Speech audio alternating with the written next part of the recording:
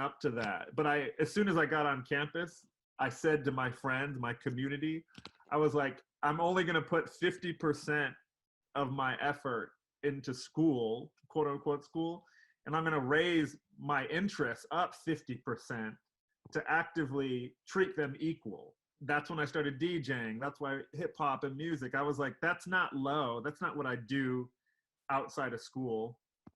That's what I do. That's what I'm into, skateboarding. And literally, to get to where I'm at today, if I hadn't spent so much time on that other 50%, being curious about art and learning things that weren't on my curriculum, I wouldn't sit before you today. There was a farmer's market that my roommate and we were getting, like, we weren't eating fast food. He was like, I want to be a chef. And I was like, you're my roommate. Let's do this. So my classroom just kept getting bigger. You know, that's why I travel. That's why I don't see a limit between Paris and Chicago. It's like, I live here, but no, that's not, there's no limit. And I think that young people, I know it's hard. It's lofty goals to be like, don't believe in, abolish the stereotype and don't believe the box that they put you in. But life is so short that you can't waste even a day subscribing to what someone thinks you can do versus knowing what you can do. And that's like the switch. It's like the switch in your head is if you can get to a place where you can act on that in the next hour after we're done speaking, I guarantee you it's a domino effect. Everything just starts like, sort of like, you know, obliterating itself away. It's this, like I'm designing this candle, right? Or like the student or the classroom is this. Like, if I put this candle in an all white gallery space, it looks like a piece of art.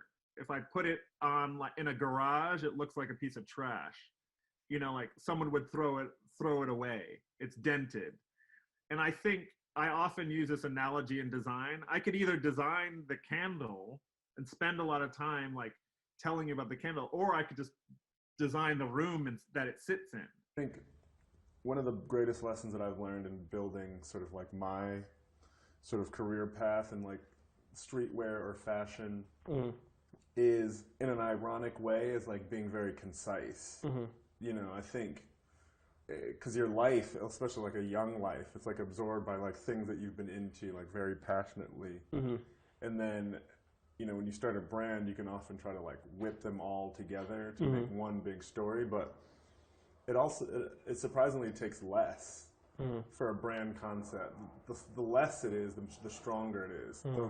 The more focused, the more, you know, when your brain starts drawing parallels between, say, like Olympics, Nintendo, and anime, then it can start to get a little bit like fuzzy as to like what does the brand really mean. You know, like the biggest trick in design that I use is just like hyper focus and then repeat.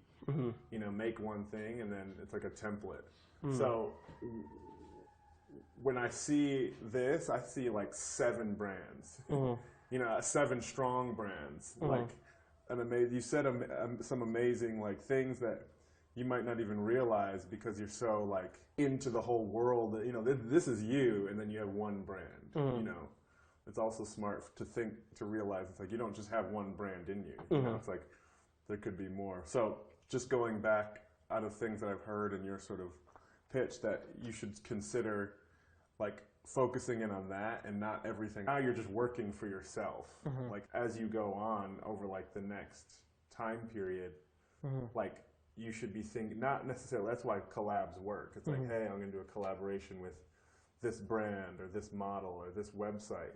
Then all of a sudden they start talking about it, and then you're talking about it, and now you have 2 people talking about the same thing, which is going to grow your audience. Right now, if all your stuff is just kind of going to your audience, it's sort of insular. I'm going to fold it. They all just go to the background, and you pull in certain things, but it's like this, you're like, when you talk about your brand, I should only know this.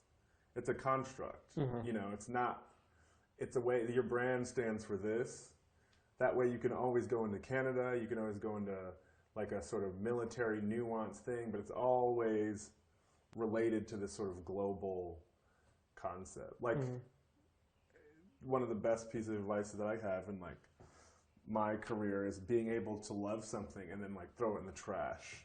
ways to do that within just what you're focusing on. Like your end goal might just be like, oh, let me just make the collection and put it up on my site. But I think you should set a goal of having an editorial feature on Hypebeast or selling it at Hypebeast on their site. You know, like finding local ways, you know, finding a rapper locally and being like, hey, I'm going to do your whole tour. It's going to be this. And then you post it on your Instagram and I'll give you all the clothes that you need and I'll do your merch. You know, like that way you're working on your brand, but it's also like an outlet for someone else to like speak about it as well.